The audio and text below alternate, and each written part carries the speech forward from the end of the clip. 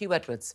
Huw Edwards, I mean, not just the News at 10 newsreader, the man who hosts, you know, the major events of our national life, royal funerals, royal weddings, royal coronations. Mostly are royal coronations, are they not? All the big events, election nights. Huw Edwards on our TV screens for decades and decades has now resigned from the BBC. He was one of the most highly paid presenters.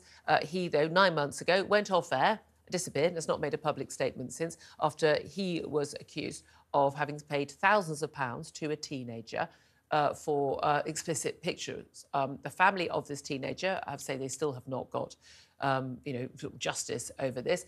He's not made a statement. He was only identified, never identified in the Sun newspaper that broke the story, and only identified by his own wife, actually, who works at the BBC, who made a statement at the time that, yes, he was the man who was being accused, because, of course, virtually every male presenter at the BBC was being accused of this.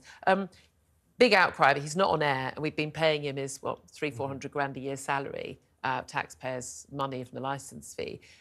Is it right that he's gone? It was claimed that it was over medical. It was for medical advice.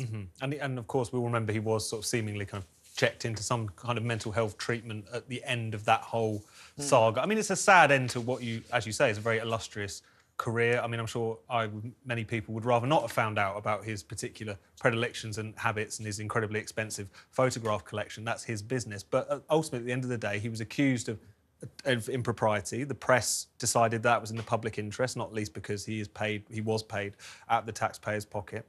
And also, it's worth remembering that this also sparked many allegations within the BBC itself about his conduct. This wasn't just about that had been swept under the carpet. Absolutely, and that is something which should have been reported, is fine to have been reported. And this idea that this was just a sort of witch hunt from the Murdoch press, I say this from when News UK Towers, but nevertheless, I mean, the idea to dismiss it as that, I think, is completely unfair and implies that it's wrong and unpleasant and breaching someone's privacy to investigate anyone in the public. Well, indeed, and it's the closing of ranks of the great and the good around Huw Edwards. And one of the things of the closing of ranks was the fact that, and it's a fact, that the 17-year-old to whom he paid £36,000, but he has never denied these charges. You know, it's easy to sue. He's got the sort of money he could sue if these were not true allegations. He paid £36,000 to a man. Well, he was a boy at the time. He was 17 years old at the time. It was the family who went to the BBC about this. Now, largely the media has sort of decided it's just a teenager. They won't identify. I don't know why. There's no legal reason why we can't identify that the teenager who was being asked to send explicit photographs for money to a married man was male. But I think that is relevant, because it seems to me that if this had been a 17-year-old teenage girl, then everyone could have been suitably outraged. But because there are two factors here, and these are used all the time, like they're used by MPs who get into trouble as well, there is, I'm sorry, playing the mental health card. I don't know whether it's genuine or not. I've no idea. But either way, I think lots of people would find themselves in mental health difficulties if their entire life was a lie, and that has been exposed in the press. I think the most happily, easy-going person would find themselves in that circumstance. I don't wish that on anybody, but there is a solution to this. Don't live a lie, OK? Don't pay 17-year-olds for cash for explicit photographs.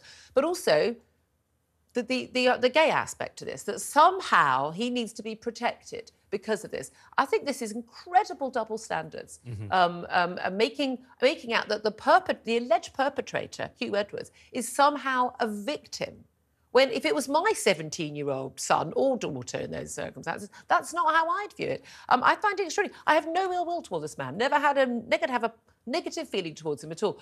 But if this was a teenage girl, and this is not someone who was, again, part of the dinner party set, I'm telling you right now, he would not have been treated in the same way. Well, it certainly seems that way. And it is this part of this alarming trend, which is because of the sort of mental health excuse, the mental health get-out clause that now seems to exist.